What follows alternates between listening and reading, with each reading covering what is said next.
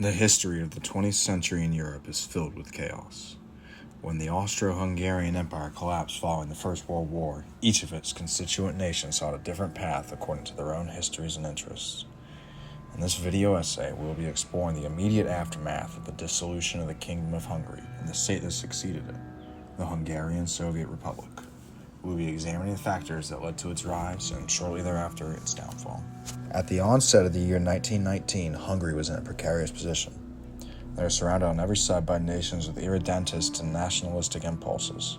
In a 10-day period from 5th November 1918 to the 13th of that same month, their borders were crossed by two Franco-Serbian armies, forces from a newly inaugurated Czechoslovak Republic, and a recently revitalized Romanian force that was hungry for revenge after the imposition of the humiliating terms of the Treaty of Bucharest in May of that year. Within less than 2 years, Hungary would experience 3 separate governments, be involved in multiple armed conflicts, and eventually be under occupation from a country that had been initially defeated in the Great War. Hungary had been in an interesting position for most of its history as a state, with a very non-homogeneous population comprised of Magyars, Germans, Poles, Ruthenians, Gypsies, Jews, Serbs, Croats, and Slovaks, among others. The Kingdom of Hungary had been ruled in personal union with the Austrian crown by the Habsburg dynasty since 1440. The Kingdom of Hungary, with a powerful and largely independent aristocracy, had a history of rebelling against imperial rule, with significant military uprisings led by the landed aristocracy throughout the centuries leading up to World War I. The Hungarian Compromise of 1867 had subjugated the Hungarian state into a real union with Austria, limiting the independent rule of a Hungarian government that was nominally governed by a foreign German monarch, an event that the Hungarian population remained incredibly bitter about up to the events of the 1910s. Subjugated under the severe terms of the November ceasefire, the Hungarian people were desperate to preserve the territorial integrity of their state and were incredibly opposed to the imposition of the Entente forces. The times of the European war were incredibly chaotic in the immediate aftermath of the end of the First World War. New governments attempted to form in the wake of the collapse of the Central Powers of Bulgaria, Austria-Hungary, the German Empire, and the Ottomans. The Russian Civil War was in full swing, an open conflict that attracted the attention of everyone in the world. And many conservative and moderate liberal factionalists were seeing their fears of anarchist and communist workers' revolts coming true. Nationalism, an intellectual movement that featured ethnicity, culture, language, and religion as the defining characteristics of a population, was coming to the forefront in minority-dominant regions that were previously disparaged and underrepresented. Men coming home from prisoner of war camps in the front lines found a Hungary that scarcely recognized the one they had departed from, a nation now crippled by war and agrarian chaos. The Armistice of Belgrade, signed 13 November 1918, was negotiated by a newly independent Hungary under the presidency of Mihailo Karolyi, and a French delegation that was entirely jaded from bearing the brunt of 4 years of brutal attrition warfare on the Western Front, as well as taking principal control of the Oriental campaign that successfully drove the Central Powers out of most of their strongholds in the Balkans. The Hungarian president, Karolyi, had just weeks prior estranged the Kingdom of Hungary from the rule of its Habsburg monarch, Charles I of Austria, IV of Hungary, and III of Bohemia. Throughout the war, Karolyi had only taken a pacifist bent of the First Order, desperate to appeal to the Wilsonian ideas of national self-determinism as determined in the famous 14 points. Appointed as prime minister toward the end of the war, his party, the United Party of Independence of 1848, desired peace with the Entente while still maintaining the historic borders of the lands of the Crown of St. Stephen, the traditional inheritance of the Hungarian crown. These lands, which comprised most of modern-day Hungary, Slovakia, Croatia, Slovenia, and parts of modern Romania, Serbia, and Ukraine, had been bound to the Hungarian crown for centuries, and in many cases had never been independently ruled by an indigenous leader, or prime targets for the abolition of anti-modern states that weren't bound together by traditional ethnic, linguistic, or cultural ties. The Armistice of Belgrade wrecked the hopes of the Hungarian government and its people for any sort of retention of their historic lands. Upper Hungary, which is most of modern-day Slovakia, was to be given to the new nation of Czechoslovakia. Croatia and Dalmatia would be joined in the newly formed kingdom of Serbs, Croats, and Slovenes, and the entirety of Transylvania was granted to the kingdom of Romania. Some lands to the west of the kingdom were even granted to Austria. All in all, the Kingdom of Hungary lost approximately 75% of its land, some 125,000 square miles, without a fight. In these lands, though they're composed of a majority of previously non-independent ethnicities, all had substantial Hungarian minorities that would prove to be an issue of controversy up to the present day. The country would be subject to occupation by Entente forces for an indefinite period of time at Hungarian expense, and would provide a substantial amount of their livestock, rolling stock, and industrial capacity as war reparations. In the immediate aftermath of the armistice, the country floundered.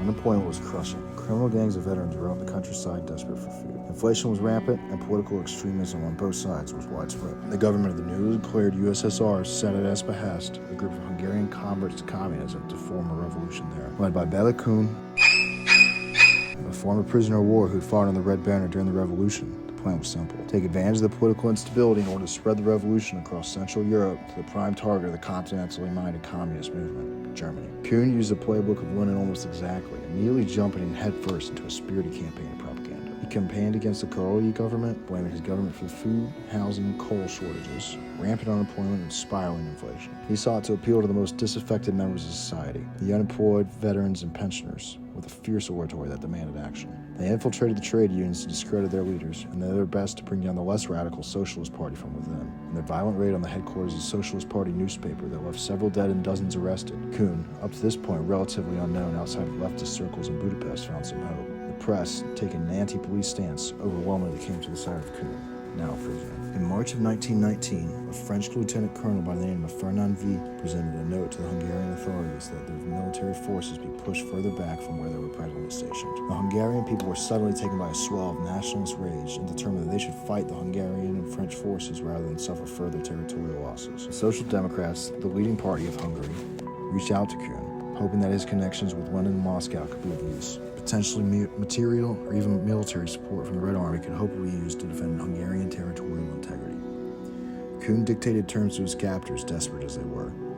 The Communist and Social Democrat parties were to be merged, and a new Hungarian state would be established as a Soviet Republic. On 21st March 1919, the Hungarian Soviet Republic was officially established, only the second communist country in Europe after Lenin's Russia. Bela Kun was released from prison and sworn into office. The communists, with fire in their bellies, swiftly took power.